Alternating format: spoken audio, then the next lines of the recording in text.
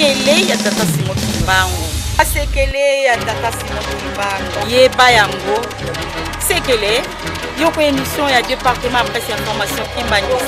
Estalemi pe kopesama na mama Germaine Kenda dia Fila. Basekele ya tata Simon Kimbangu. Sekele. Yeba yango. Vol. Mwana tata Simon Kimbangu. Africain. Sekele ya tata Simon Kimbangu. Tuyo mtuendo. Yeba yango. Basekele. Voilà la mission de Boki.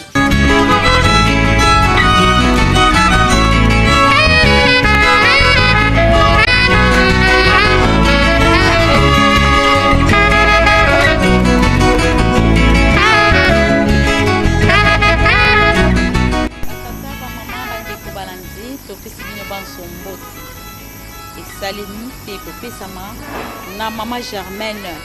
Mama Germaine lelo akozala ye mokote akosungama na papa Vicente. Bandeko balanzi lelo mingi tukulubela na tina mai oyo papa mokonzo bule papa Simon Kimbangu kiangani azali koloba na eleko oyo. Mansona bandeko balanzi bokolandango sima bilili na sima kamera to zali kosungama na papa Nsuzi Makanzu, papa Charles Konde, papa Fils Bufeta, papa Eder Sakwa Meso. Kuna na montage tomoni papa Ziko Dengenda pe papa Exaucé Makanzu.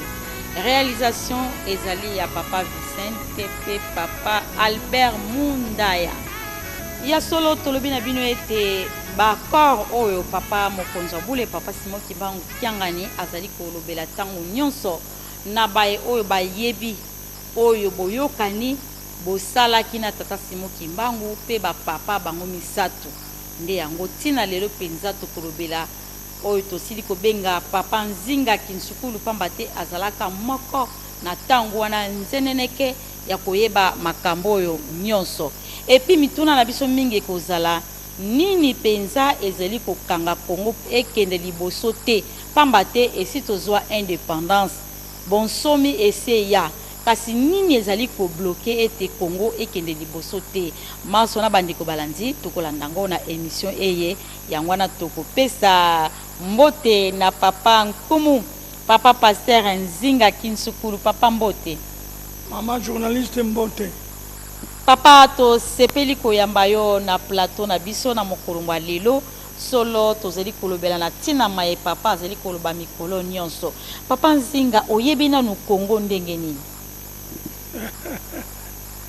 mama na batata journaliste esengo na ngai eluki musika pona ndambo na maloba bobandi ete boyeba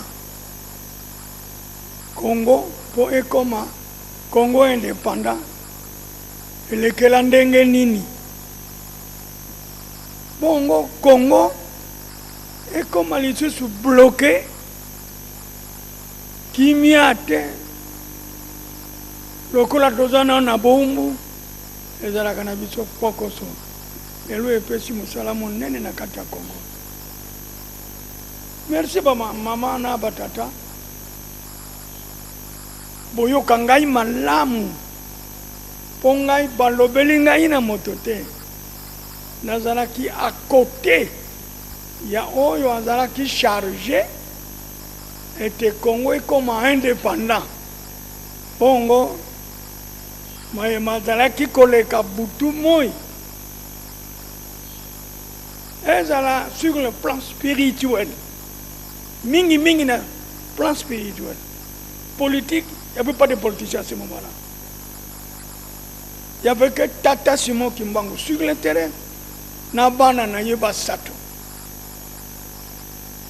Pona nini likambo yokwaya kala na Congo depuis 1921.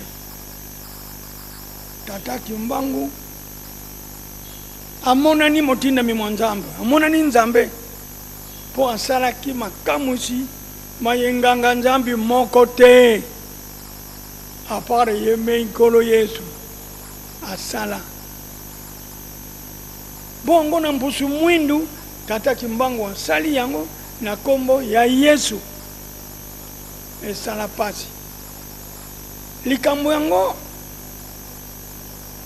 eningisa mokili Afrique, Europe, Asie, Océanie pona kokate na Congo moto abimi kuna aze kosala makambo na kombo na Yesu Kristo biloko wana bizalaki bitumba munene kati na basambeli ya Nzambe po esengelaki bango mpe bayeba kosala me bakoka te parce que bazali batindami te baponami te. Alors likambo yango ebima esali bato mingi pasi pona poso moyindu oyo tata tiangie ndaza kuloba te montre mwindu auta wapi tina ezali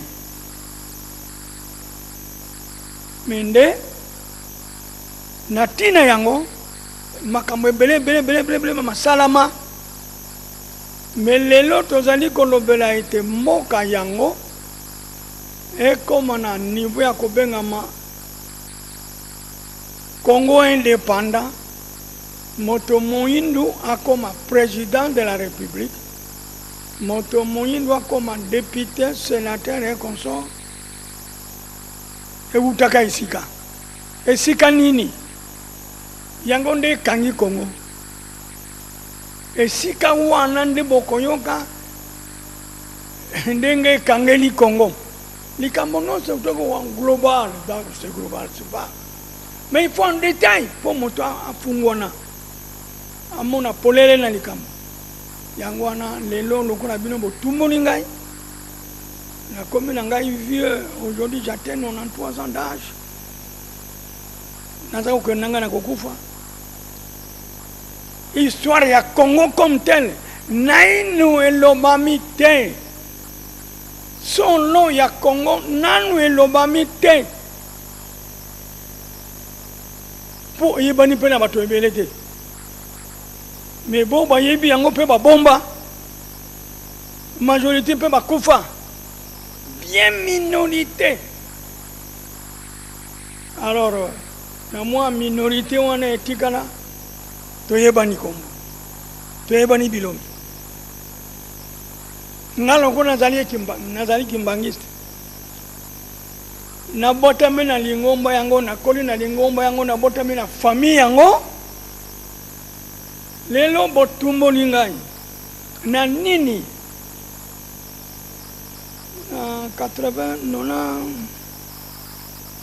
95 96 toaki na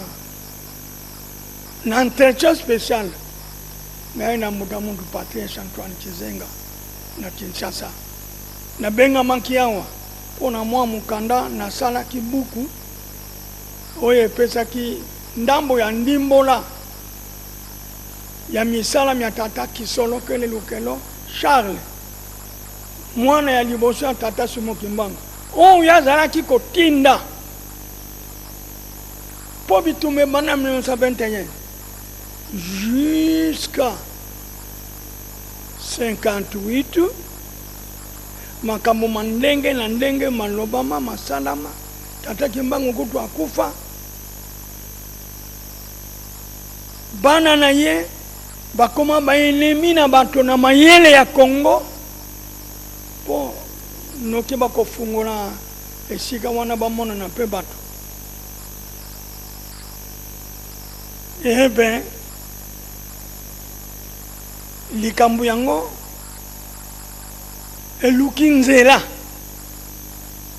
tata Kimbangu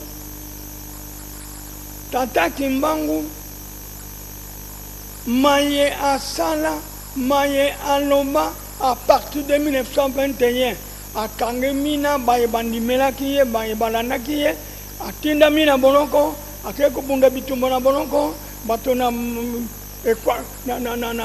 este mobimba bayeba ete bakongo bakangama pona likambo na Nzambe bamatisa bango na bonoko ebele kati na bango basakufa na bango kasi mokonzi na bango kombo na ye Simon Kimbangu batinda ye na Elizabethville kuna nde ye asala boloko na ye jusqu'à 51 akokufa. Mais avant kufa abungisa kama kama. À part Malobanaye, il y a 1921 na Mbanzansanda ici à Onabiso, au Congo. Kuna pesa maimanso makosalema. Mondele yako bonisa biso pasi. Kasi suka suka mondele yako bima akotika Congo na ba Congolais. Sali bato mwindu bakamba mboka. Ne apesa tangu ya bato mwindu bayekola maeba mindele bayebi. Mabomba miye bele matali boyekoli. Mais tangu bakokoma na niveau yango ete bakoma na niveau ya kokamba mboka bango moko ye moko tata kimbango akoluka nzela yako bimisa mindele na Congo. Mutu mwindo azwa pouvoir po bakangaka moto nzambe bakangaka yete mondele amone ete bakanga kimbango batia ye na prison malgré tana na Elizabethville distance. Mais mikolo nyonso azaki komona na awa na nkamba epai ya mwasi na ye mama mwilo kya wana epai ya bambuta na biso bakoko po mabondeli butu moi matika makate na bazamba yango nde mema biso na kokoma na 1958 mwana na ye ya liboso tata Kisolokele Lukelo Charles oyo bakanga na tata na ye ye na age ya 7 ans mbula sambo akangemi basambisi ye po amonanaki danger lokola tata na ye na condamnation ye moto liboso nankakaki nzembo bato babima mbanza ngungu kokende na boloko awa bango na bakongo me ye na maboko ya ba prêtre catholique boyoka ngai bien gouvernement belge akamata bana wana apesa bango na maboko ya bango na bango bamindele ba prêtre catholique po balave cerveau ya bana wana babosa na makambo ya tata na bango. Ebe na ndenge nini na koyekolesa bango ongakete ngangu zanza ya ikizo wakikile wa meso manzambi mayele ya mokili oyo ezali vrai bozoba na miso na nzambi bango babanza kete bakopesa bango mayele ya bango ya mikanda ya français na ya makambo mosusu bakobosana likambo tata na bango ndokande bapesa bango occasion. Papa Kisolokele a fait ses études en Boma, la colonie scolaire, de 21 jusqu'à 46 à 6 classes. On y a bâti quand il y a battu une moussala dans le gouvernement belge. C'était un élément. Mon émaillé les mingi, collègue Baninga na yenyos. Maïmas Mazari, collègue pendant son séjour à l'école, Tokolobere Yangote. On est dans la moussous. Potoli kolobalika metali bonsomi bwamboka oyo euta wapi bonsomi bozuama kasi résultat ya kimia ya batona bonsomi ezalite likambo ezali ndenge nini euta wapi pona nini c'est ça non ah bon je veux vous parler moi on me l'a pas dit je l'avais vu je palpais ça pourquoi parce que je vivais dans la maison de papa Kisolokele Charles.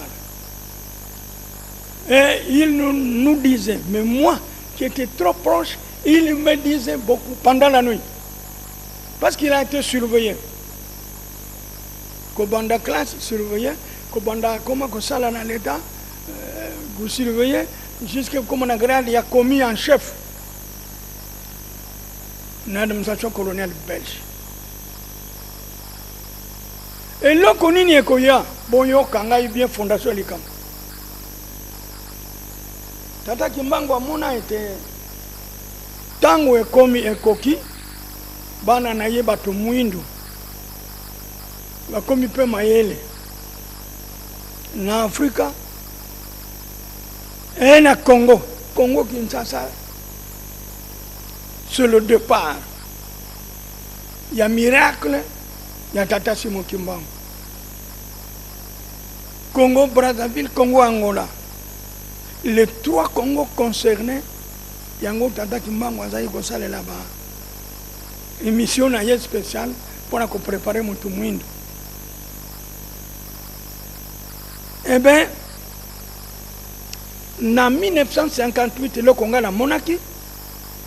Balobeli ngai te papa ke sono kana ko benga biso mukolo mosusu na ndako na ngai na Andre Mbenza mwana ya noko na biso koko na biso Mbenza akange mana 1921 tangu bakanga Tata Kimbangu yepe akenda kuna na likolo nde kuna ke kuboto na bana Mbenza Andre un de ses enfants kati ya bana wana. Mais bango bazonga ka avant tango tata kufa na mama bango bazonga avant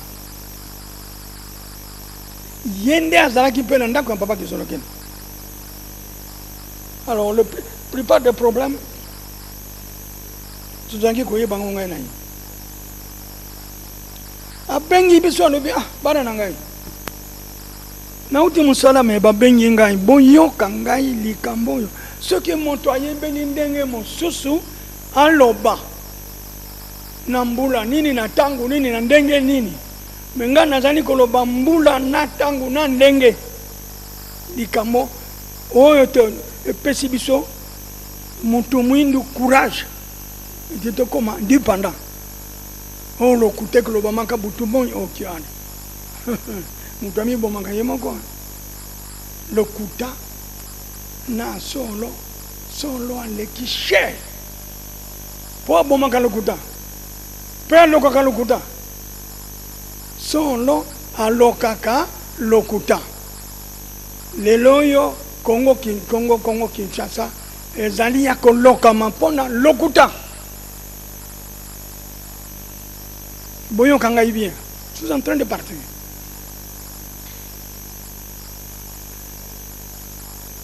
Alobi babengi ngai na l'administration du territoire monsieur Skimpers azaki mokonzi na bango po bazaki na chela ngana azaki na chela ye monsieur Skimpers c'était un belge monsieur Cornet monsieur Amelch na bamosusu bamindele. Alors papa Kisolokene commis en chef mokonzi ya bakalaka nyonso ye mongo kaka te na chele ezalaki ye na baboma bambanza banani tout ça ne sais pas na Rwanda na Rundi tout ça ne sais pas bango nyonso baponamaki bakomi en chef likambo yango ewutaki wapi le roi des Belges na 1958 tango amoni ete en Afrique moi maintenant c'est il y a un cadre intellectuel et bandit comme on a tout ce qui était devenu déjà intellectuel comment que les gens ont peu les yeux ouverts de vivre comme il fallait. Alors le roi Baudouin en Belgique a été saisi.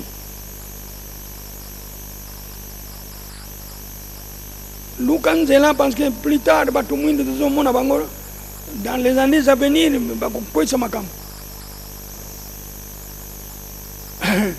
un bon secret. Est-ce que Bayebi pourquoi école de formation militaire na base Kitona Moto Moindo? Est-ce que Oyebi pourquoi la formation, la construction d'une grande école de formation de guerre Motuna Nangaïna ba Congolais, les cadres intellectuels du Congo qui sont aujourd'hui des généraux, des ministres, des présidents et consorts. Moko na bina koyebisa ngai tina ya botongame ya base Kitona pour la formation des cadres militaires blancs seulement, pas de noirs. Cette école a été construite uniquement pour la formation militaire de tous les enfants blancs nés et grandis au Congo. Quand elle atteindra sa 6e année, son diplôme de 6 ans secondaire, il ne peut pas aller travailler. Il doit aller d'abord faire 2 ans de formation militaire dans la base de Kitona. Après ces 2 ans de formation militaire, Bakopé, ça y est, Monduki n'a diplôme. Pourquoi cette préparation? Bamindele, Azaki a une vision moulay. Roi comme tel, Azaki n'a pas préoccupation parce que y a mon tassunaka. Bakoko na ye basinaka convention de division du Congo que tout le temps il faut pas ça indépendant na ba africain. Bongo bon mindele kaka basala mbongo na bango bato na mayele bazala ki pe na vision ya bango pour protéger leurs richesses. Oh ba yiko sala awa na Congo. Qu'est-ce qui va arriver plus tard? Les Noirs demanderont l'indépendance. Plus tard, les Noirs vont vouloir nous chasser dans leur pays. Et les jours où ils feront cela, ils n'auront pas de fils. Ils ne connaissent pas la formation, ils ne connaissent pas la guerre. On va les éliminer tous. Ça, c'est tous les Noirs pour bénéficier, gagner le Congo pour eux. Et créer à la base de Kitona un pays qu'on appelle deuxième Bruxelles. Tous ces jeunes blancs nés au Congo, grandis au Congo, allaient être appelés Belgons congolais. Préparation, on a besoin de Yébaki. On était des amis. Tata Kimbango Bozo Bong sama kamunare no na bosili se na butu. Bokosili c'était Yassinie. Ngai Kimbango na lobi na boyi. Ya Kimbango akambo aza wapi bakoluka bakomona yete. Alors mwana na yiki solokele akoyoka yango pa tata na ye. Papa Simo Kimbango akoya kolobango pa ya mwasi na ye mama mwi. Awa na nkamba. Donc mboka vivre na miracle. Miracle à tata Simo Kimbango za komeka na moto te. Nzambe. Ce qui mon compte bango c'est fini comme katani. Eh bien, likambo anande pesa nzela patonga kalasi munene ya formation militaire de tous les jeunes blancs terminant 6 ans de l'école secondaire. Avant d'aller travailler, il doit avoir son fusil dans sa maison, que le jour où les Noirs diraient ceci, il faut éliminer. Plan de bango ezanakandengo. Alors, on a éléki. Maintenant, en 58, papa que son local est en Bengi. Bengi besoin de bana. Lelo tata aye. Tata aye ko lo bonangai. Alors bi kombo nangai ezali na liste ya ba commis en chef blanc et noir. Tous qui ont les grades d'un commis en chef na administration coloniale belge, awa na Congo, na Rwanda et na Burundi. Tokende ko participer dans un examen spécial. Alingaye ba quels sont les cadres purement intellectuels. Ba sala bango classement mususu ya ba évoluer awa na Afrika. Alors, tata lobi kombo na ngai ezali kuna ngai pe bakobenga ngai. Mais avant nakenda soki na longo na tiela nakende na Kinshasa nakamata leke na ngai papa Joseph tokende na Nkamba epai ya mama na leke na ngai Kiangani. Mama nde aza na makambo akoloba na ngai. Makambo wana tango na kokende kuna na école na formation, c'était au mois de mai 1958. Sanza yame 1958, s'il vous plaît. Ceux qui les belges, tu me battent là-bas. Comment ceux qui na wuti kunankamba na zonginde na kena Belgique. Alors bana nangai lobi banleke na zako longwawa na tiki mama na ndako mwasi na ye mama nsa lupolina mwasi papa kuloto oto zaki ne kuna na chela na cité Mbanga. Alors il faut surveiller la maman chaque soir, vous devez être là, c'est là où on mange biso, c'est là où on mange. Sur l'argent des papas qui sont là. Sur les sires de sa femme, maman ça. Alors, to yoki, to bombi, abin lobi na zako kenebo lukanga sute. So na ngute na poto, na koya koye bisabino, nini kolega na poto. Voilà. Maintenant, to bandi koyoka, hein? Monene yali kamwezali koye la biso. Mais là, on n'a pas parlé de l'indépendance, non. On a parlé de la formation des cadres intellectuels. Parmi les cas, les commis en chef de la domination coloniale belge.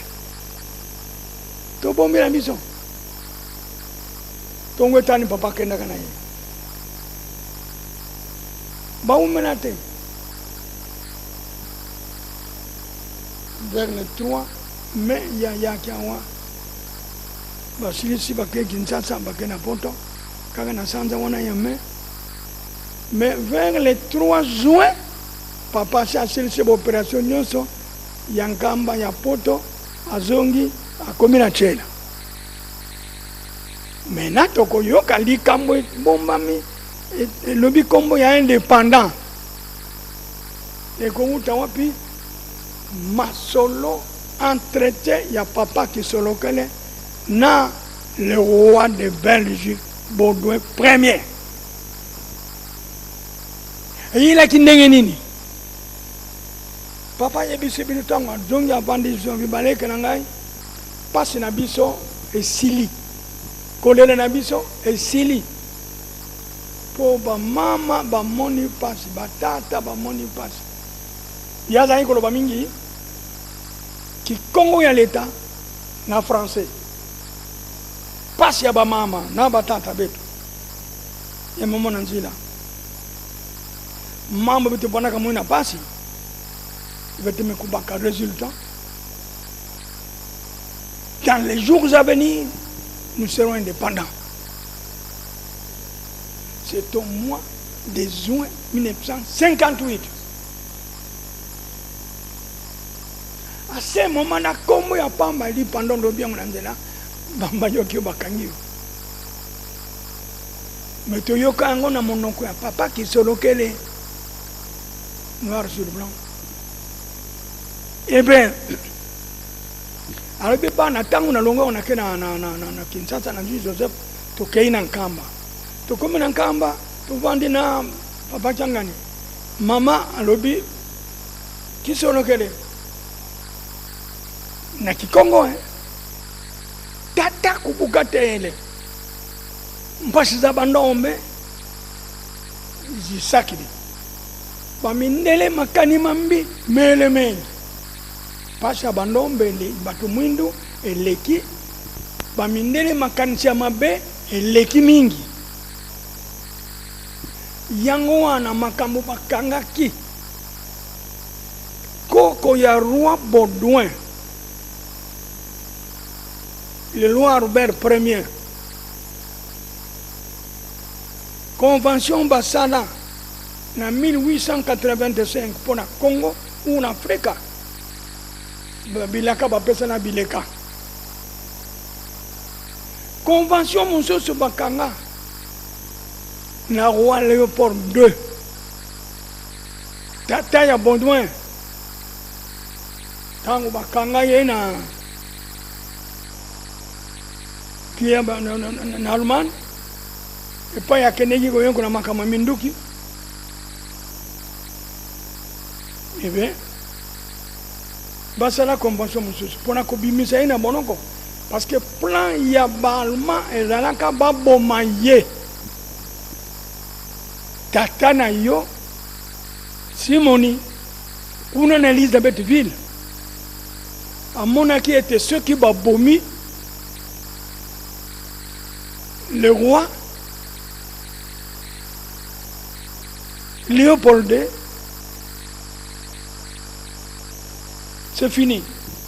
Mikano ya sina, mikano yo le roi Albert Ier a signé et tikana maboko na ye convention wana nani akofuta bato mwindu parce que tant balma bako jwa yango ekoma profit ya bango eza convention ya bango na congolais te non bango bazaki balma convention ezalaki entre Congo na Belgique mais na Belgique Allemagne m'a bombé donc va gagner tous les biens ils allaient gagner et la Belgique et tous les biens tata kimbangu na kolobana ente kimbangu nzambe mutu mwindu uta wapi ndeko na ngai. Mais papa pasteur papa Kimbangu azalaki nanu kuna na prison ndenge ni akendo komona na kuna na boloko sa roi Albert Ier. Merci mingi maman. Et l'Obama bien par la force du Saint-Esprit monaki makamonos mazali koleka nzambe nzambe za limite. Tata Kimbangu azalaki ona makamaza ko mokili na biso nyonso mikolo nyonso azali koyeba na Afrique na Europe na Union Océanique même aux États-Unis d'Amérique pour azali kokende azali kokende ndenge na Elisabethville na prison azali mais azali kokende ndenge nini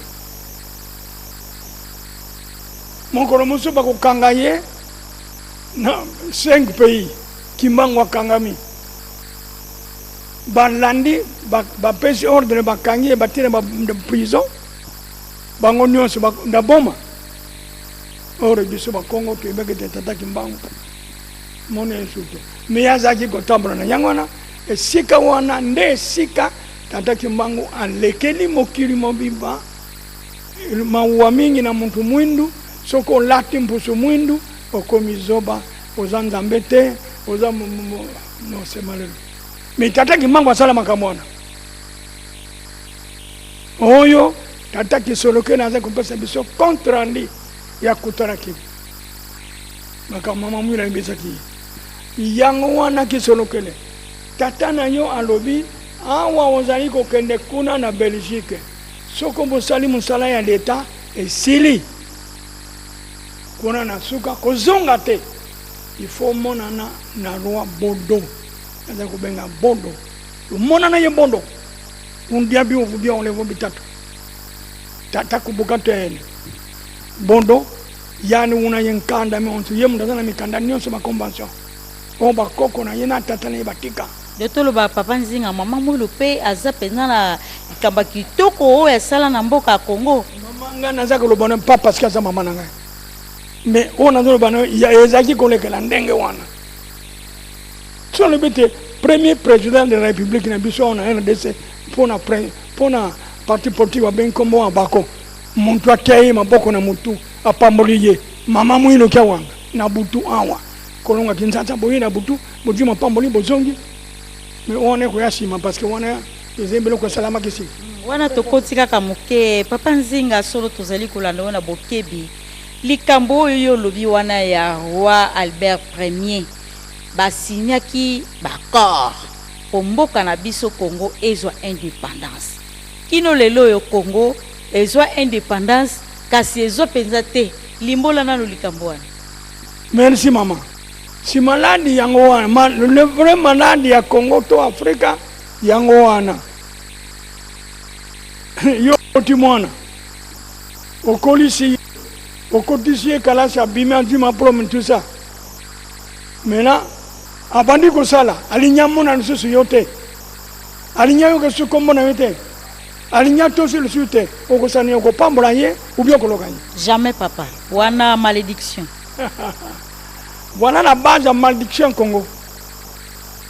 Le Congo a été élevé par papa Simon Kimbangu. Kubanda batata ba maman ba koko na biso tout ça. Kimbangu liboso. Bongo manso Kimbangu ansali la kibiso. Boyo kanga bien. ezali ebele tokoloba lelo te poste kosila. Je ne terminerai pas, je continuerai à vous parler parce que je connais beaucoup. Alors, je vais vous donner un petit morceau là de rien du tout qui peut réfléchir l'homme noir du Congo. Sikoyo papa ke solo kele alo ebiso na wuti nkamba na kei Kinshasa na kena poto to kutana baninga bautaki na Rwanda Urundi nabo bautaki na ba Équateur bautaki na Manisa Betville tout ça bango nyonso basangani nde bantu avion ya Belgique bakei na Belgique kuna. Il ne s'y attendait pas de quoi il s'agit. Bayebakete examen kuzalandenge nini. Rwanda Belge a préparé qui ba question na ye. Oyo esengeli moto ayeba pour abengama vraiment intellectuel connaisseur de l'administration coloniale belge. Pour abengama mokonzi.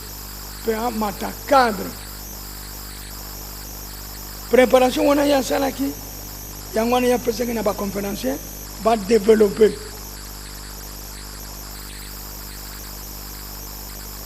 ça a été une sorte d'un exemple tango basali yang et sini na proclamation papa qui sont le boyo kangai baninga ni bazalaka na ye basila na il a sorti premier dans l'examen.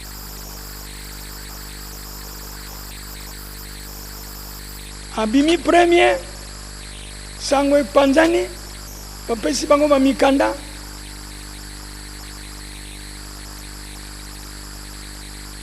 Maintenant, papa qui sont le Kene, Makamoyo mama ayebisa kiye tata kimbango pesa ye ayebisa roi Belgique te di panda ya batu mwindu akopesa to akopesa te soki akopesa apesa mbula a date soki akopesa te a signé convention ya mibale to ya misato o etali bitumba basala gain ye tata Simon Kimbangu na le roi Baudouin babunda soki babundi oyo ya kuganye adjoa Congo ou Afrique et comme propriété belge mais soki ngai Kimbangu na longe nde tokoyeba ekozala ndenge nini lobela bodu maka alo makambo na sanki papa kisolokele passe nako lobela yango ndenge nini na roi et puis kutuna komo na roi ndenge nini. Alors que pendant la conférence, après la conférence, les proclamations, après la proclamation, lui est sorti premier. Ça a surpris les blancs et les noirs. Boyo kangai kitoko. Bantuani kizenga bazali kuna bakuna utuna wangu. Ceux qui connaissent pour qui sont locaux. S'il y a un dégel, kizenga kenete, te yako yibisa makamwana. Makambo eza ibele akuyebisa. Nzambe azali nzambe ya bomoi nzambe ya molili te. Malgré mangomba masalami, ce sont des histoires politiques. Parce qu'avant 60, vous n'allez pas parler de Dieu. Yo ko créer l'ingomba nanzelani. Ceux qui mangomba ya batumui de Bunzela, kombo ya Kimbangu, grâce à Kimbangu, qui a tout libéré. Les lois comment oh, Likamote. Alors, j'ai un donc.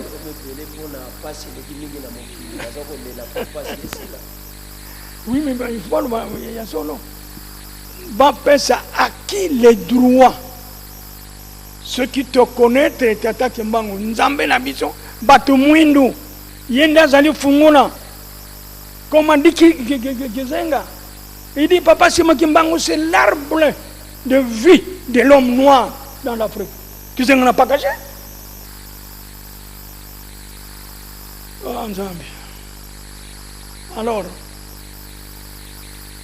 Maintenant, le roi Tangoyoki Sangowana, il y a un noir qui est sorti premier. Qui est-il? Il s'appelle Kisonokele, sans avoir que c'est le fils aîné des prophètes Chimokemako. Non, sans le savoir.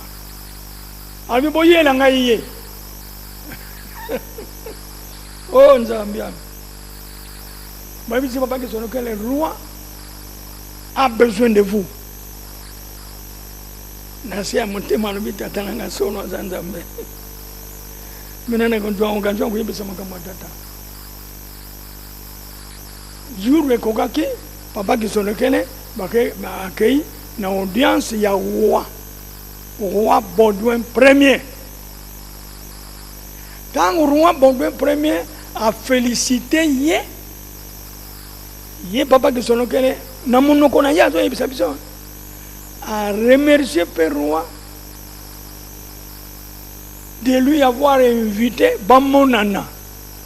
Pour azana ba préoccupation oyo tata na ye atinda ki ye ayebisa ye roi. Mais occasion exaltée. Mais dans cette occasion, j'ai eu l'occasion de vous le dire.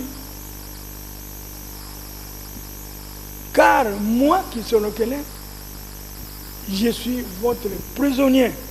De 1921 à ce jour, je suis un prisonnier. Apprécier détail ndenge, tata kangama ndenge moko kangamelaka, na ndenge a passe na ndenge a kota na maboka ba catholique, na ndenge ko jwa diplôme, na ndenge a sale la kaleta te mokono wana. Et que jusqu'à présent, je suis un prisonnier. Et surprendre le roi Baudouin.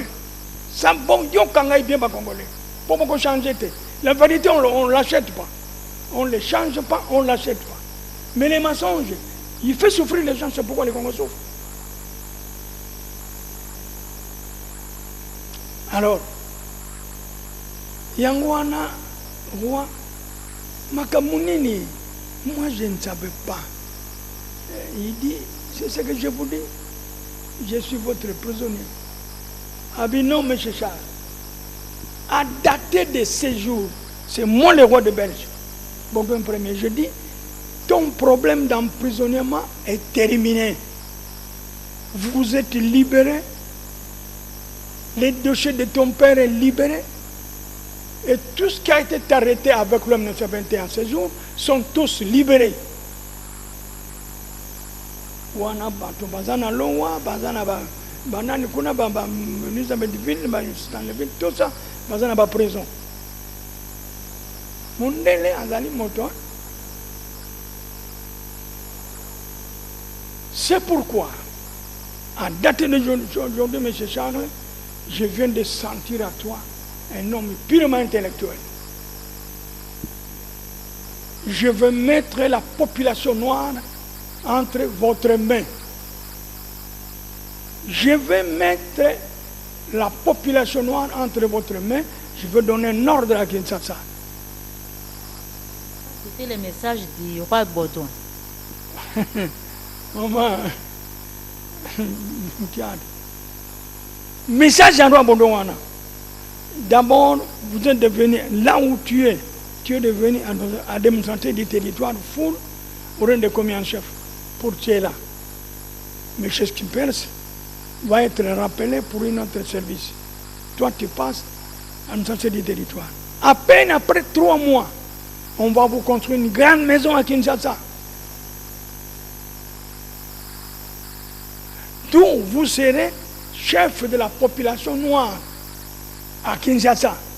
Est-ce que cette maison a été déjà construite? Oui. La maison dont vous êtes en train de parler, c'était déjà construite? Mais c'est juste Pongabi, Pongabi, Nakuana, na place Kritanana, et Salamaki pour la question. Oh, mais papa Boyaye, papa Yamoko Boya, Boyon Kangaï bien. On a continué à te mettre. C'était ça. Papa Lobi, Sa Majesté le roi, je reste votre serviteur. Mais je ne suis pas venu pour avoir de grade. Je suis venu en Belgique en tant que travailleur. Je fais votre travail. Quand on m'a donné des nominations pour devenir qui que ce soit, Moi, je suis un prisonnier. Je suis un esclave. Avec tous mes frères noirs, nous sommes des esclaves envers l'homme blanc. Sur quelle base moi je peux diriger mes frères noirs? Je ne peux pas. Là, je vous excuse, avec tout le respect, Sa Majesté. Et c'est là qu'il pouvait passer. Mais Charles, mais un cadre intellectuel comme toi, mais pourquoi? Il dit, d'ailleurs, mon père m'a dit autre chose. Mon père m'a dit, le dossier qu'ils avaient signé en 1885 pour partager l'Afrique entre vous. Là, dans ces dossiers, vous avez arrêté 50 ans. Après 50 ans, vous remettrez ces Congos entre les mains des Noirs pour diriger leur pays. Et c'est pendant 50 ans que vous allez développer les Noirs. Après, vous leur remettrez l'indépendance. Mais aujourd'hui, ça fait 70, bientôt on va en 80 ans. Vous ne vous faites rien. C'est pourquoi mon père m'a dit ceci, pour vous dire, mon père, Simon Kimbangu m'a dit, est-ce que ce dossier, vous le connaissez? Je dis bien, au mois de mai 1958, qui sont lesquels il n'avait aucun témoin noir à côté, pour lui dire quoi que ce soit. C'était lui, avec son père, qui est le pouvoir. Parce que tout ce qu'ils a fait là-bas, il ne nous a rien caché. Il dit, mon père a été avec moi partout où je vais. Je peux me disparaître. Vous voyez, je ne suis pas là. Donc, je suis au Congo, je suis au Congo. Toto Sankoro Nango, Toto Joakimia. Congolais. Aujourd'hui, j'ai eu l'occasion de dire cette quatre vérités. Vous n'aurez pas un deuxième qui va te le dire. Parce que nous étions que de l'autre était mort, moi sûr et c'est. Papa que c'est que lui-même, c'est celui qui nous disait le tout, il n'a rien caché. Et il m'avait dit qu'un jour on vous posera des questions. N'ayez pas peur, dites-le les quatre vérités. Je ne vous ai rien caché. C'est pourquoi le Congo, moi ça me... Non. Il y a des fois, je dors pas de sommeil à cause de la souffrance de l'homme noir. Or, l'homme noir ne peut plus encore souffrir. Parce qu'il y a tout. Mais vous voyez deux frères, de même père, même mère, demain ils ne s'entendent pas. Qu'est-ce qu'ils vont créer la guerre? Ils vont s'entretuer. Sans savoir pourquoi cet esprit. Non, c'est malheureux. C'est pourquoi Papa Kisoloquele a dit au roi, il a refusé tous ces grades-là. Le roi a dit non, c'est moi le roi des Belges. Je vous le dis, ça doit se faire tel que je viens de vous le dire. Ce que j'ai vu fait, avant que Papa Kisoloquele arrive à Tchéla, il y avait déjà un message de M. Tordeur à Kinshasa. Appelé à Papa Kisoloquele qu'il est devenu administrateur full du territoire de Tchéla et que M. Skimper s'est dit appelé à Kinshasa pour une autre fonction. Moi, je me trouve à Tchéla. Ce sont des choses qui s'étaient passées en Belgique. Nasuka Alobi, mon père m'a dit, il m'a demandé de vous dire, est-ce que vous êtes d'accord, vous connaissez bien les deux dossiers, ou bien vous ne les connaissez pas? Le roi Baudouin Alobi, je connais bel et bien les deux dossiers. A dit que dossier non soit Yangon. Il dit, bon, qu'est-ce que vous répondez à mon père? Alors,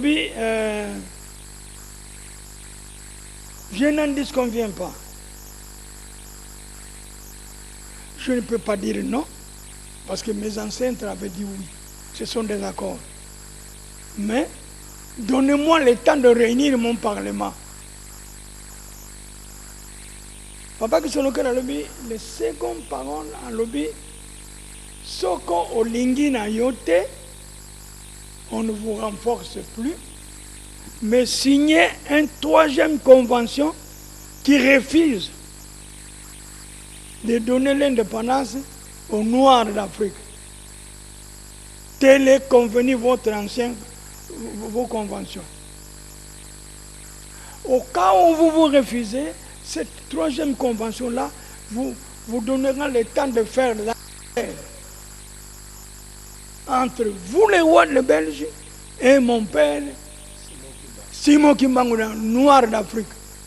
C'est lui qui va gagner, qui prenne l'Afrique et le Congo. Alors cela a surpris le roi, de M. Charles. Un homme intelligent, un homme si sérieux comme vous me dites des choses comme cela. Ton père est mort depuis 1951. Aujourd'hui nous sommes à 58. Moi je veux faire la guerre avec lui. Pourquoi et comment? Ton père est très dangereux. Ton père est très dangereux. Mais moi, je suis encore vivant. Lui est mort. Comment je vais faire la guerre avec un homme mort? Je ne le ferai pas, mais je ne l'ai pas besoin. Je vous donne mes paroles d'honneur que je donnerai l'indépendance aux Noirs. Tel où tu es là, vous n'êtes plus prisonnier.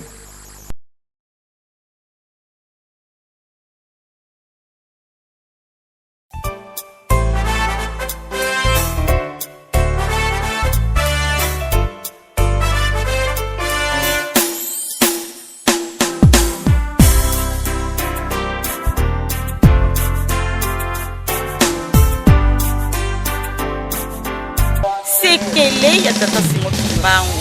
Sekele ya tata Simon Kimbangu. Yeba yango. Sekele yoko émission ya département presse information Kimbani.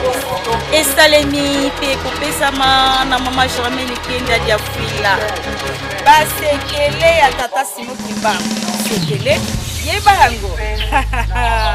Vol. Mwana tata Simon Kimbangu. Africain. Sekele ya tata Simon Kimbangu. Tuyo mkuwinu. Yeba yango. Ba sekele.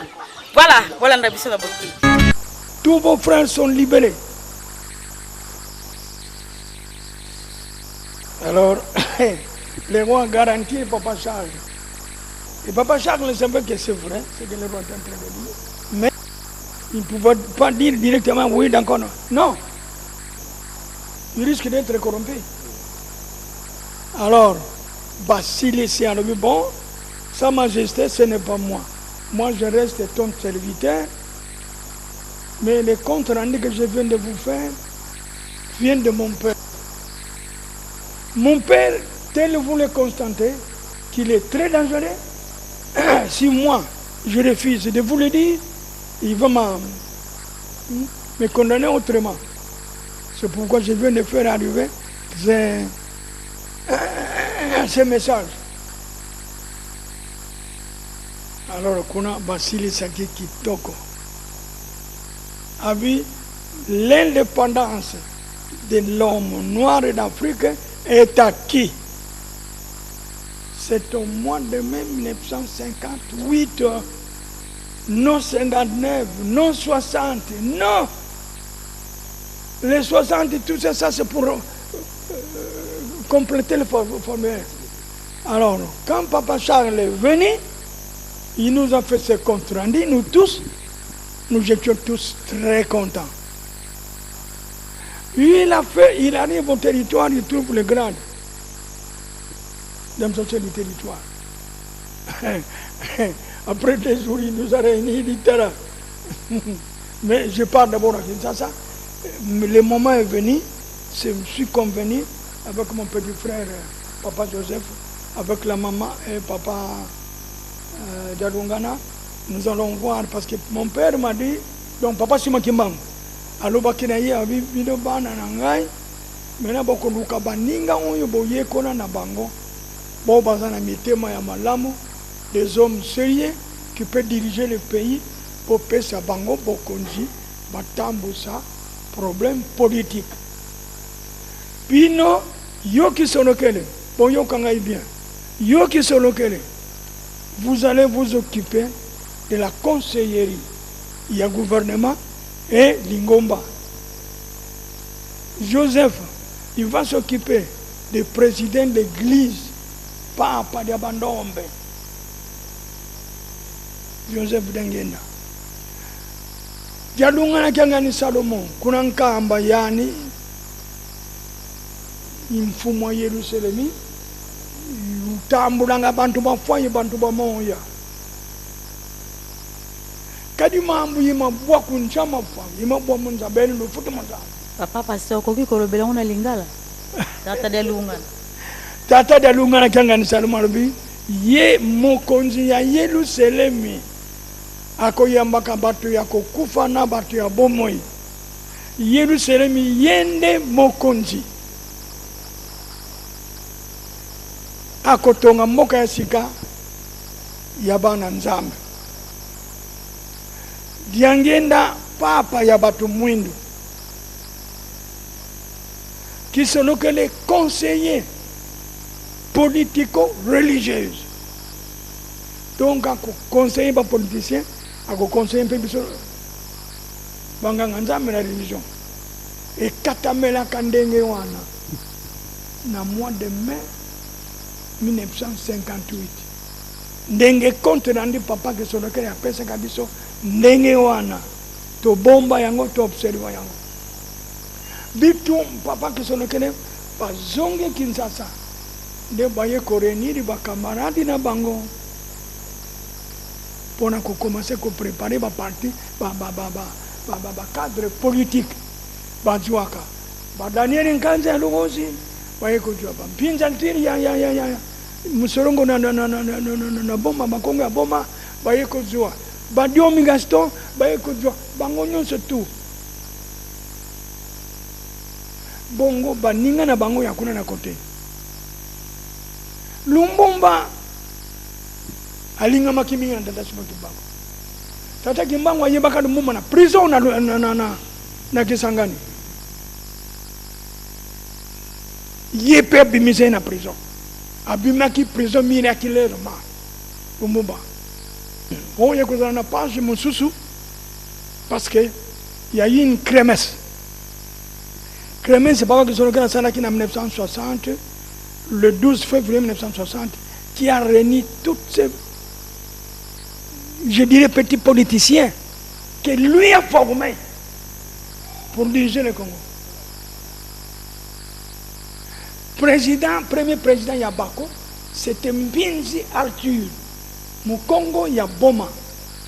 Tangu ba se réunir ba Congo ba mutu ya ba Congo ya Bantandu, Besingombe, Bandibu, Bamanyanga, Bangono se tout ba se réunir. Papa Kisolokele a péci vision politique. Nabande kuna biso bandundu. Tangwana moyen Congo ya bango bandundu.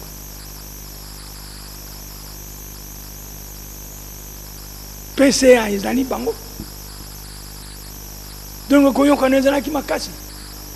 Tango ba préparer biloko na esili, Papa Kisolokele akomaki poso moko na tiela poso moko na Kinshasa poso moko na tiela poso moko na Kinshasa pour préparer problème politique pour libérer le Congo officiellement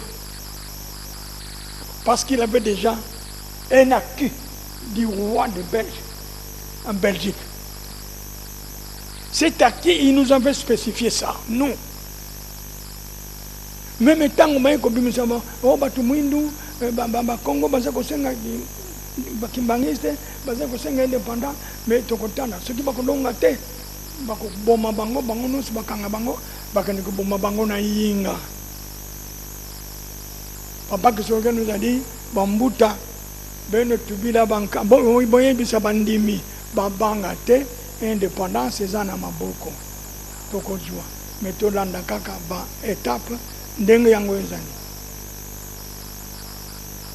Alors, ceci étant, Tokoloba était naïveté.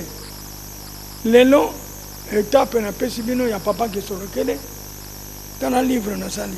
Et pesibino, il y a rencontre, il y a Roi Baudouin. Na palais royal, en 1958. Entretien ya Papa Kisolokele na Roi Baudouin et salimaki na palais oyo ya Roi Baudouin. tosenga na ndeko na biso kuna na caméra ozula biso yango titre nango ezali Papa Charles Kisolokele et l'indépendance de la République démocratique du Congo avec les témoignages du patriarche Antoine Kizenga Fungi. Je crois ce qui ndeko na biso caméraman kuno ko ba voilà, ok.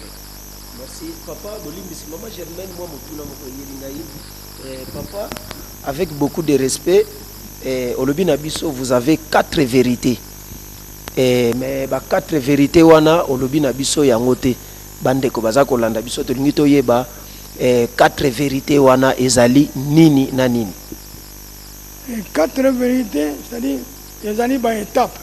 On ezali étape, il y a rencontre de Papa Kisolokele avec le roi de Belge qui est la clé de l'indépendance des Noirs.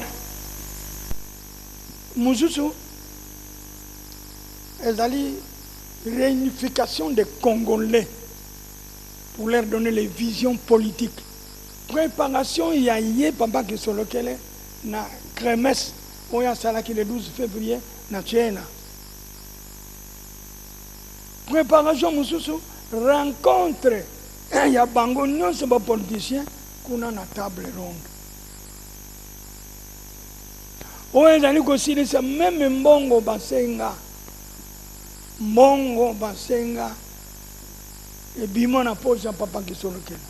Papa Kisolokele le kana idangenda pesa abi tata ndo bikuna bango kende bakosenga bino mbongo me bato bakozana bango na mbongo te mbongo yango sike basengi mbongo mbuta pesa kasabu mfuta. Est-ce que tozana ba témoin na makambo zoloba mbongo nukumba basa ba témoin. Tous les participants du table ronde et témoins. Bakuwanga na kangombe te.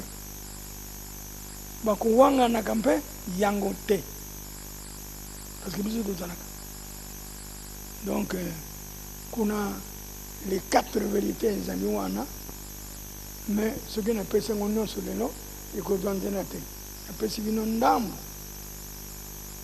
ya fondation nzela ebimela indépendant yango wana. Tango ba se réunir, ba politicien ba monani, ba pesemeli misala. Première partie, il y a bako mutazana ki na liboso. Pinzaltiri ba eko la pouvoir na nkambe pa mama mwilu. Bazana ki kuya na chela na butu. Na butu wana ifo bazonga. Mutazana ko yamba bango ngai. Mutu musu te ngai na kuyamba bango. Des fois Papa Kisolokele azani te, azana maduda, azana kaimbaku, azana tuza, na lubolo kuna tuza. Il faut ngai na luka sika Papa Kisolokele azani. Amona bato wana basolola na butu wana azonga. Pour les problèmes qui regardent l'état d'indépendance. Alors, oyo mususu parti ekobima, parti ekobima. Non. Mais tete yango wana na kati ya tete nde ba étape ezali na kati ya livre ya combien de parties donnez-moi lisez un peu ici na livre oyo tozana chapitre 7 le patriarche Antoine Gizenga Fungi parle de Papa Simon Kimbangu, propos recueillis par monsieur Vatoussi Jean-Paul.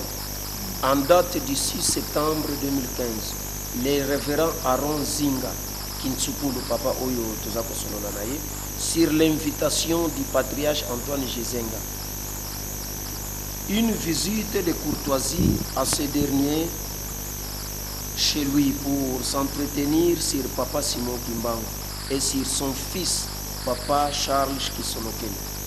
Le patriarche Antoine Gizenga, ancien premier ministre du président Joseph Kabila Kabange, et au moment de cet entretien, toujours secrétaire général et président incontesté du parti Lumumbiste, Unifi Palou. Voilà, je crois, Oyo, Nde Ekomami Wana, mais En long et en large, livre Ezali n'a pas page épelée. Dans ce livre ici, vous trouverez tout ce que Papa Kimbangu et ses 3 enfants ont fait pour libérer le Congo. Détail na yango, noir sur blanc, beaucoup kuta yango na katia livre oyo. Moto akoza na tembe na moni na ngaite. Mais pas si écouter na Congo pona nini. Pas si écouter na Congo pona Congolais alingi kondimela moto amone na biso pas cité. La souffrance de l'homme noir d'Afrique s'éternise sur le non-respect de l'envoyé de Dieu qui est notre sauveur, qui nous a sauvés, qui nous ont libérés. Ils nous ont donné tout le pouvoir qu'on est en train de diriger le pays. La chance en est que Kasavubu, Mobutu, Azaki attaché. Mais il n'y a pas si Congolais. Congolais malade ya Congolais zali mingi na bato yo ba mibengi banganga nzambi ya Congolais.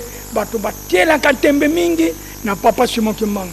Bato bakosaka mingi ba politiciens congolais. Ce sont de soi-disant religieux africains ou congolais. Mangambe fumu kufu mingi epa na bango. On dit so bazana ndela, on bazana ndela mon côté. Sona luki ba côté la wapi. Toutes ces églises qu'on appelle de quoi? Des réveils, hein? Ils sont entrés où? Ils proviennent d'où? Parce qu'en 60, avant 60, il n'y avait que l'église catholique protestante. Armée d'Israël avec 1935, n'a mis sur la biso baoyo. Pour nous écouter bandimi, à ça qui politiquement comme un nene. C'est que wana Simon Kimbangu.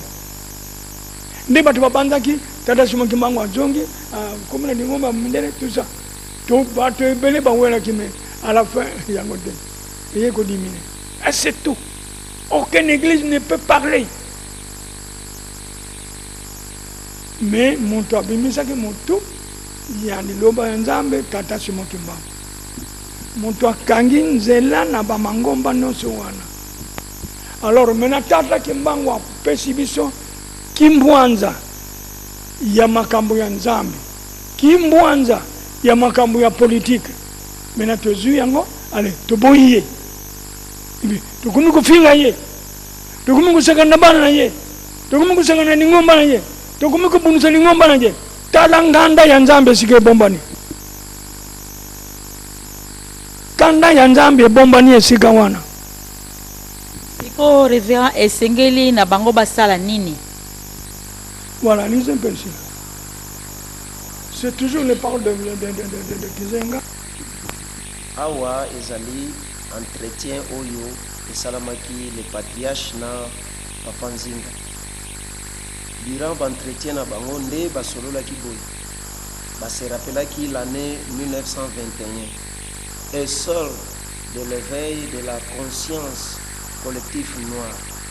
Il est déclenché à partir du 6 avril 1921 par Papa Simon Kimbangu. À partir de cet instant, Papa Simon Kimbangu déclare à la face du monde qu'il est envoyé tout moi par Jésus-Christ pour libérer l'homme noir de la servitude qui lui est imposée depuis 2 siècles par des imposteurs, se disant enfants de Dieu Tout-Puissant. Nous sommes en pleine période coloniale. Une telle déclaration vaut pour l'autorité coloniale une réelle déclaration de guerre, car demander la liberté de l'homme noir, qui est en pleine domination coloniale, c'est vraiment oser déclarer la guerre à la puissance coloniale. Ce qui est pathétique est que la libération de l'homme noir se confond avec le destin personnel de Simon Kimbangu. l'indépendance de l'Afrique et de 3 Congos, Congo-Kinshasa, Congo-Angola et Congo-Brazzaville, annoncée par Papa Simon Kimbangu, commence son ébullition dans les années 21, puis 50 dans les libérations de l'Afrique et celle du Congo. Vous êtes de cela, vous, patriarches. Awande masolo ya révérend Zingana les patriarches. Donc ezali pena moi mingi soki tolobi en long et en large ekozwa biso dans mon laïc. Voilà, moi nakoki kozwa ta phrase moko awa selon les patriarches alobi, nous les Congolais enterrons notre orgueil et notre prestige et soyons modestes et reconnaissants envers Papa Simon Kimbangu. Voilà la clé. Oui, il a dit quelque chose de bien. Il a dit beaucoup de choses, voilà. Continue. Et dit, sont les hautes voix qui est non seulement l'incarnation de la haute spiritualité des Noirs, mais aussi le père du pouvoir politique de l'Afrique. Congo, Kinshasa, Congo, Angola et Congo, Brazzaville, etc. En général, et de la RDC en particulier, car il est incarnation de Dieu Tout-Puissant dans la matière. Avec ses 30 ans de prison, il a réussi à avoir du ciel la clé du royaume, des cieux et celle du royaume de la terre. Sincèrement, à méditer vision véridique que nous devons impérativement transmettre à des générations futures. Et c'est avec l'appui et sous le leadership spirituel de Papa Simon Kimbangu Kiangani, le petit-fils de Simon Kimbangu. Incarnation de Papa Simon Kimbangu. Ainsi donc, nous sommes obligés de réparer les fautes, tant celles du président Kasavubu que celles des politiciens congolais. C'est de cette réparation que dépend l'impérativement l'avenir de la RDC, de l'Afrique et du monde. Voilà pourquoi je propose de mobiliser nos forces pour demander pardon à qui? Non seulement à Papa Charles Kisolokele, mais aussi à Papa Simon Kimbangu. En même temps, le décerner de Papa Charles Kisolokele une médaille de mérite à titre posthume en guise de notre reconnaissance à son égard de tout le travail fait pour le bien de notre pays. Voilà bandiko balanzi nakanisi eyano yango wana o basili kopesa oyo mutu asili kopesa eyano wana ezali bongo Papa Patriarche Kizenga ye azalaki na entretien na Papa Nzinga otozana elelo nde yango eyano ezali ya ba Congolais donc ba Congolais eloko nde ya kosala ezali ya koyeba Simon Kimbangu ya kosenga e pardon osoki tozali komona Congo ezali kokende liboso te matata na matata donc pasi eye na Congo tozonga na source Kolomboka azali Kolomboka Simon Kimbangu toyokaka soni te bana Congo likambo yo soko yebi yango te tuna bakolo bazali ndenge tozali koloba boy Papa Nzinga tozali na ye ezosenga na batu ya mayele oyo boyekoli boluka pe Papa Nzinga tout comme Papa Kizenga pe akufi nanu te bakongole tango yango oyo tosalaka noki noki otango Nzambe akwagir ekozala trop tard. Nzambe yango nani? Simon Kimbangu oyo azali na fungola ya manso bakongole kimia ekobanda nano awa na Congo nde ekei na mokili mobimba na kanisi boyoki ndenge mukanda esili kotangama tomikitisa epa ya Simon Kimbangu na ngonga oyo Papa Simon Kimbangu Kiangani azali na nkamba toya toluka ye tosenga pardon to reconnaître pasi na ye 30 ans na prison yango wana bandeko balandi tozala mayele Papa Nzinga tozali kolanda wana bokebi penza likambo etali Congo démocratique souci na biso ezali ete baye o bayebi te bayeba ndenge olobi yango mangomba ekomi ebele mais kimia ezali kaka te donc tobosanaki Simon Kimbangu nayebi te soki ya kobakisa lisusu ezali. Merci maman journaliste. Likambo emonanaka polele nzela emilakisi soki nalombaki yango ngai moko mpona bibi kimbangiste. Patriarche Antoine Kizenga n'est pas kimbangiste, mais makambo ya yebi eleki kutu ya biso bakimbangiste. Papa mosusu totangi tengonga était Simon Kimbangu, c'est l'arbre de vie de l'homme noir. Wana ndeza liloba oyo Papa Kizenga alobi. Yango wana témoignage mosusu tokopesa ezali te esali pasi ya Congo ezali mpona kozanga koyeba oyo amonela biso pasi c'est tout. Nde yango Congo ezali kotambola te. Yango wana Congo ekoki kotambola te kaka bitumba na bitumba. Tala kaka ba situation eleki basando eleki. Boko proposer boyokani boko sala na butu nzamba chanter pasi mosusu. Boko yokana tokosala boye le tokotongisa boye na butu nzamba pange moto akomila kisanza azate. Donc Congo et Simon Kimbangu. Ah oui, Congo et Simon Kimbangu.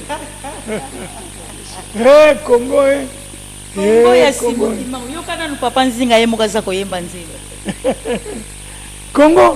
Congo et Simon Kimbangu. Oh ya monela pasi. Papa, suyere yanga na yo botolo yango. Poyo yebi français na anglais. Mais ce sont des langues. Mia zanzambe. Akobalola yo akomonisa ndenge ya lingi. De tolo ba papa nzinga likambo oyo papa azali kolobela mingi bakor boya bino mutu bosinaki bakor na batata nde makambo yango yo te papa. Yango yo mususu te mama. Boluka na bino makambo mususu te. Mama na likambo yo ibimeli biso awa. C'est tout. Ce qui te zeli kaka ndenge papa Simon Kimbangu kanga na za koloba. Abi o azana ndiongo ya Simon Kimbangu aya kofuta. Tuluka mbongo te yaka kotubela masumu na yo yaka kolongola mabe na yo yaka kokumisa ye esili yango papa nzinga nayebi te papa Vicente na piso nanu maloba po tozali kokende koshite malembe papa nzinga na banza bino bozali ba monument vivant opesa biso éclaircissement place wana nini oyo elekaki entre 58 après conversation ya papa Kisolokele na roi de Belge après création ya ba groupe oyo outi kotangela biso awa nini elekaki justement entre 58 60 après masolo ya papa Kisolokele na roi de Belge. Wana pesa ni page mususu wana compris ya histoire.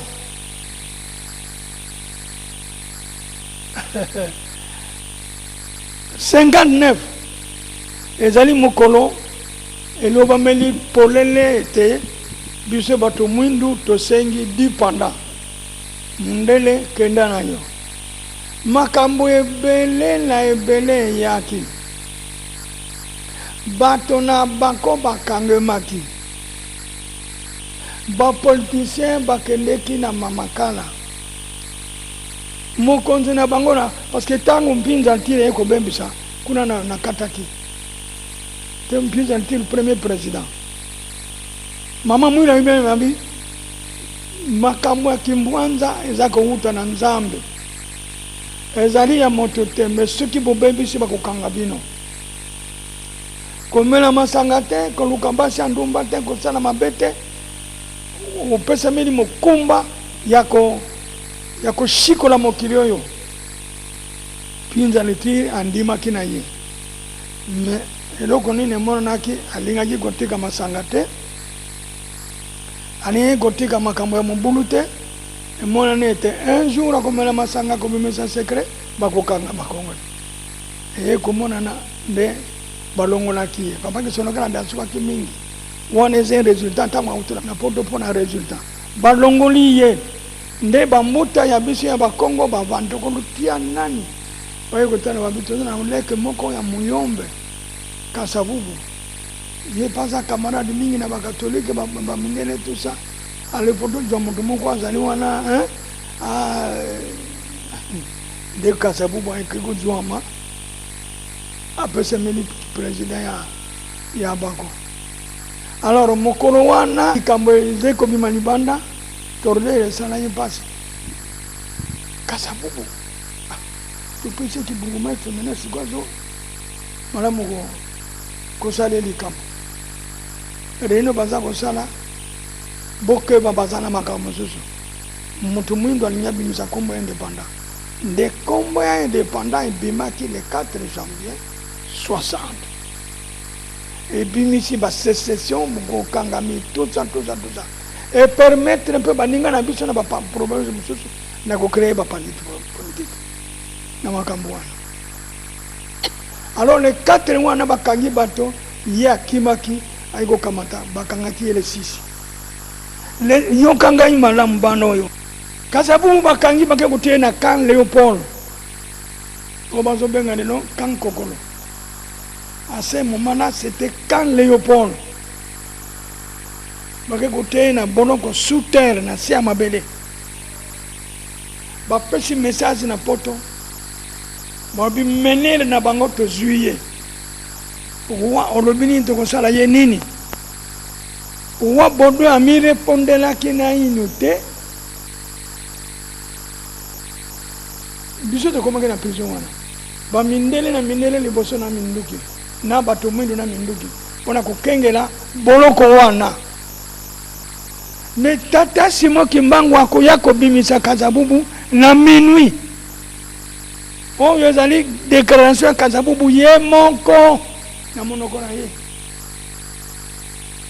na 62 na China po dozaka na discussion moko na mabele matali lingomba alors ba discussion moyete bitumba eli ngasi bimisa bitumba te mais ba boloko ba konta ba boloko tant Kasabubu dit dossier bio bo bomba na ko ya kutala ngonga moko na voyage privé tango ene voyage privé de a éviter biso ba kimbangiste ngai papa nzinga na zaki chef de délégation tata Nyundu Simon tata Mabungu Salemo bango misatu bakaniki na ngai mbuku ngimbi famille ngimbi bazanaki 85 personnes bato ya mabele wana bongo yemo président Kasabubu na groupe na plus de 40 personnes makamu mavanda kina ndako administration du territoire Dumbi Maurice kuna ba question zanaki terrible nde Kasabubu akobimisa secret alobi bande kuna ngai bayombe ceux qui ezali bolingi ngai te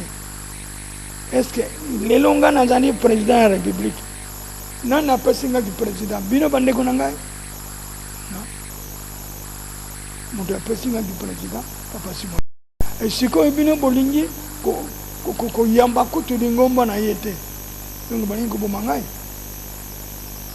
nani atiaki ngai ki président tangu bakangaki ngai na babelgi bakei kotianga na boloko na kan Léopold na boloko ya se ya mabele nani abimisaki ngai oyo ona Kasabubu apose question na miso bango nani abimisaki ngai wenze mabomba mito bomba katolobaka na biso ngode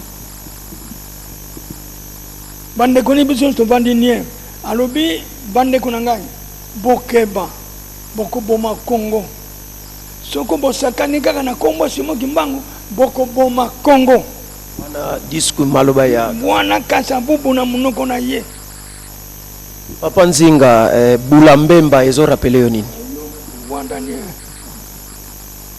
boko boma Congo ngai tangu bakangi ngai baninga na ngai bakotia bango na makala baza komona na ngai moko nebe kete liwana ngai nyonso yango mais to komi na minuit noki mutu abeti porte natali porte ezalaki kokangama ndako mpe mwinda te namoni kaka porte efungwani ndako bwe mwinda ekoti moto moko monene nayeba ngai Kasabubu nabotami na 1926 na 21 nazalaka te. Ça c'est Kasabubu qui déclare devant nous. C'est moi qui étais le porte-parole de l'église. makambo eza ebele tobimisa te mbonduka te nzambe atomboka na biso bato mwindo tozwa mayele alobi kasabubu abina ndimi nalobi wi abelanga oyo kosala nini awa nalobi bakanyi ngai bakangi one banani nalobi bamindele bakanyi ngai osali nini wabi tosengi kimbwanza miso bato mwindo tosengi kimbwanza bamindele batomboki bakangi ngai baninga na ngai bazala makana ngai na zanyawa yalobi muntu asakanga nzambe yo ngai moto na poni yo osikola bato na ngai na boumbu bango bakangi yo ngai na ye kobimisa yo ngai Simoni Kimbangu alobi tango alobi kombo ya Simoni Kimbangu metena na kanisi na motema ete basi babomi ngai na komi na se ya liwa parce que tala Kimbangu aza na se ya liwa c'est fini baso babomi ngai tata Kimbangu alobi oza kokanisa nini okufi te ozali ndenge ozala koyebi te ngai nzambe na bino ça c'est katabubu dans sa bouche qu'il déclare na miso bandeko na biso mayombe bonso baza vivant na chela alobi na ye kobimisa yo okufi te tika kobanga kasi abubu alobi etikalaki na subana parce que tata Kimbangu ngai ndenge nini boye abi non ale baluka na baluki boye ndako kukuku efungwani na tena libanda basoda de gauche à droite na minduki na bango baza kozela kata papa mangai tata Kimbangu alobi simanga na songe lamba na simbie na songe lamba tobimi ende baza komona biso te oyo wana nani moto ba tolobi nzambe abi alors to yete na prince tu connais les kankokolo ou tu na kango zobima tu na prince to comme na prince quelques minutes voiture moko muindo ye akot nakat abi to koleka na ndako na yo na India po oyebisa mwasi na yo ayebe te ubimi na prison mais koloba komo ya tata Kimbangu te abisina koloba bongo te lobana ye kanka lobi na tongo aya kotana yo na ndako mwana na ngai Joseph yenda na monkoto 87 kasi bo balumi biso ba Kongo to mitsinzamba zaka na biso tata Kimbangu azanzambe mais bato baluka bango na ebite alors habito te na India tanto komina ndako papa Kimbangu afungoni bantu abikende kumona mwasi na kena ndako na beti porte popo ngai katabu popo wana ndako mwasi kolela na bana ba moni papa nikupanga te kote na chambre na mbele mwasi na ngana mwasi na ngana yakalobi kono kwanga kende kujua kingontolo kende kujua no yeye na boya parce que bango kanga ngade boya na bango lobi kuna na mkoto na kwa au moins Joseph papa diangé oui papa kiadi ba Congo alors Congo to sali boye to bimi kote na voiture to kena mon koto to côté porte ouverte voiture côté kanga oh papa Joseph na côté ndoi atelemi tangu kaka ndoi abimisi ngai na kati ya voiture mpe bungi tata Kimbangu mpe abongi to tikali ngai na ndoi Joseph akamati ngai directement na chambre nazai kulala mbeto moko na ndoi Joseph banyongo oyo mama Germaine banyongo oyo papa za kolobela mais bandeko balandi ba kondina biso to bato na leta bankumu makambo oyo mama Germaine bayebi yango mais papa pona nini tango molai silence ya boy bino bambuta boza komona ete mboke za kokende na kokufa mais boza na bino na silence boyebi makambo bolinko lobate si comme bino pe boza na bino corrompi bolinko loba vérité te papa merci nangai c'est-à-dire ça la kanga passe na motema. Mais parmi les bambuta, ce n'est pas tous les bambuta. Mais parmi les bambuta, il y a des bambuta qui connaissent. C'est-à-dire que banga un peu babanga kami. Mais ngana banga ngate. Ngana banga ngate parce que dans la vérité, on ne peut pas avoir peur. Na banga ngate.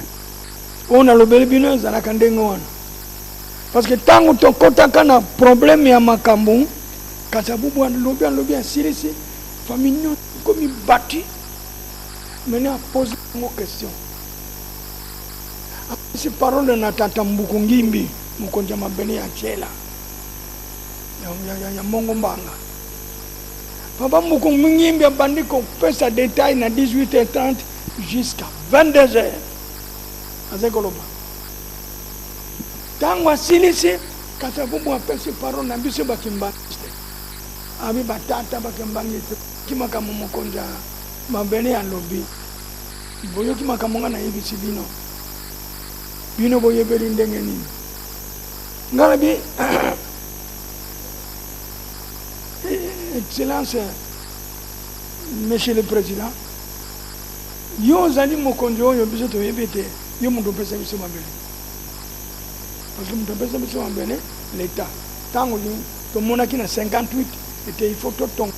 Te ko koma na 59 si biso mabele. On a 66 me fait wana ya crémer certains qui sont localisés à Salaki et si gagnons tant là qui discours mabele yango wana. Alors biso te mettre l'État sur quoi persuer lonko nzambe munda parce que l'État zali soldat ya nzambe. Soko sakani na nzambe l'État ko kanganyo. Alors biso makamuno se wana tu yebi na biso yango te. Bakangisi biso ko banza na secteur na territoire na district na province te kuna na sasa lelo yoye biso te kamote tata mbokini yolo bakabiso kimanyi to yeba mabel tala muntu yeba mabel parce que yemo konja mabele nyoso aona Congo maintenant l'État appelle ça détail ba détail na yepesi biso mabele mina mabele to tongi ba ndako to tongi ba classe to tongi siko ba to mabele ba ikotomboka kam ndo konsala tata mbokungimbi tala muntu ayiba mabele yo apesa biso tata président mabele yo apesa biso to ban ya yo on ka oyiba ka yango biso to passe abo bia botuna kata bubwa tali ngaite yo telama telemi pesa mbote na pesa mbote yo muntu wapi na yebisi abidu mugana dumunga misato alobi yoko mukonzi munene na kati na lingongoni merci mi tata mukungimbo yoki yo depuis 18h te 27 mwana muke akakiyo siko muntu na mifungula nde décision et bima kangwana tango babimisi du territoire c'était Dumbi Mori bimisi plan batali ndenge na mbongo ndenge ya ba sénature lobi ko balelo lobi di jongi sambo na nem santé du territoire mabele mu sompa lingo plus dépasse lobi na midi soko lobi sumaka beloyo kanga na bango nyonso tine sasa na kupesa na bango na forêt ekolia kuna mabele mazai bele bado abo pia makatana na bato ya chela ba yebi yang c'est comme yang ambana ngai makamanga ni mwami. Ok, merci mama ya solo na banza tozo papa na kebinyonso ngombe bele bile seli mbango akufa kimbango sekwa ba témoignage ya boye mama Germaine ko ikolo na Simon Kimba sa papa te ka ndenge mawa elo neto liko sala po parole bel ndenge émission eza ya église et na makambo na tozali na posa nde ya kolakisa ka Congo et Afrika imbake kolona yango azali et posa na biso wana po azali ko no mingi de po na biso ba te na tango ya vérité to ko yebili ko mwa basufiza ongo eza ko batata pe mama nzoka nde bumoka o eki Kongo ozanga koyeba Simon Kimbangu nde moka pasi ya na Kongo biso musana biso ya kopanza sango ngo malamu te olamu bayeba likambo oyo eza biso te mutolobi yango Kimbangu elakisi kokundola maye oyo mabomba makimbangu maye manso tu mabomba ma Kimbangu azali kokundola yango malembe mutu ayebisi biso ke Adam basala ye na nkamba papa nzinga ezali papa dengenda te donc bandeko balandi tozali bana ya chance yango tozali komona bazali kobundisa biso na mikili nyonso mais ba congolais jusque là tozoko kena loyenge mwana congolais akokena loyenge te tozonga na source ezali Simon Kimbangu source ezali nkamba Yerusalemi ya sika toluka Simon Kimbangu toluka ye yende asa solution ba problème na biso nyonso tangu koko Adam ba bebisi bakimaki wapi na Angola na mbanza Kongo do awa nde sika ebandaki likambo yango ya kosala moto to bomba te toloba solo po tokomi na tango ya solo tolingi nde toyebisa na mokili ke boluka epai mususu te kuna bozali kokende osoki ba wapi osoki kuna eza na litomba te eza na impact te Simon Kimbangu nde ye esengeli toluka ye toyeba makambo na ye toizongisa ye na esika na ye bongo nde kimia ekoya na Congo démocratique bandeko balandi tozali kokoma vraimen na suka po epa na biso ngonga ezali ngonga me nayebi ke papa nzinga makambo mayike yango napesa biso na liloba ya suka papa. Merci maman journaliste liloba ya suka nalingaki mingi mopepe na bimisi ete ebima po mopepe yango babengaka yango solo malgré congolais alingi na ye solo te mais napesi bino niongo boloba te toyebaka yango te oyo ngai nzinga kintsukulu aron napesi bino kati na lingomba nazali mondimi na kati ya bondimi na ngai nakoma mutambusi longi selo pasteur représentant légal deuxième suppléant représentant légal premier suppléant chargé des missions auprès du chef spirituel.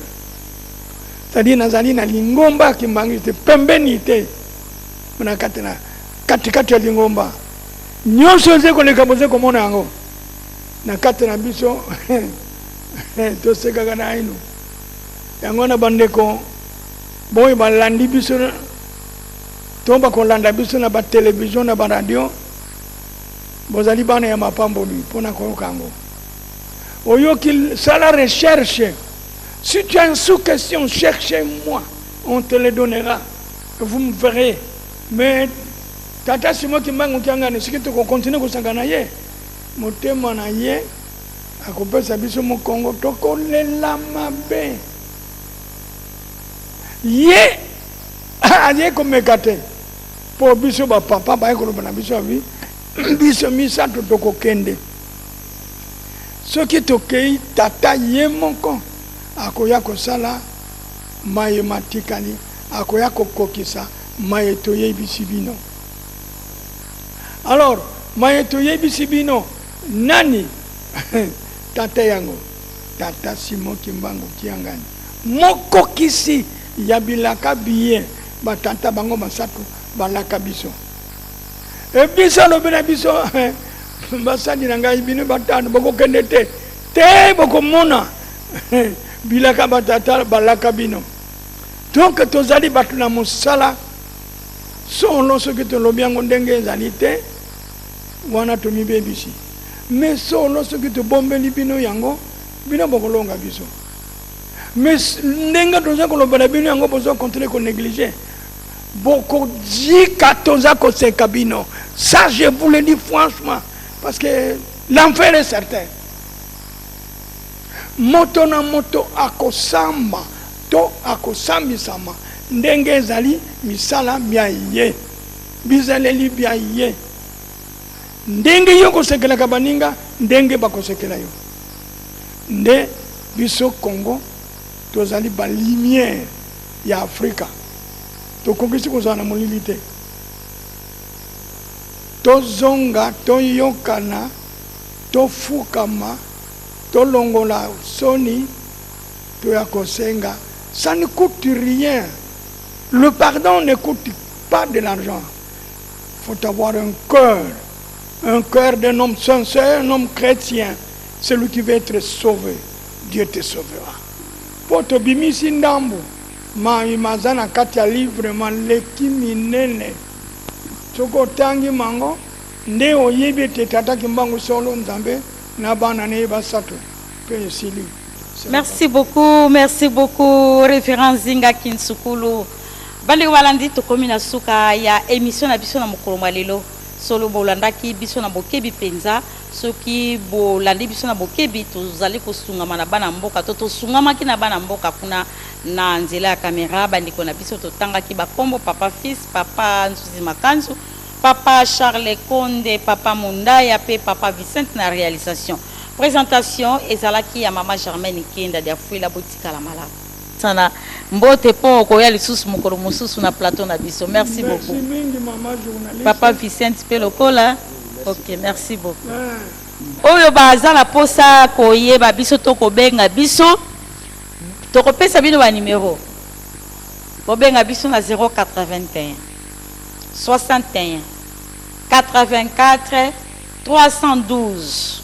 Soko bengi so na numéro wana bobenga biso bokozwa vraiment ba précision nyonso akasi to ko afficher on écran po c'est bobenga biso ndenge to lobi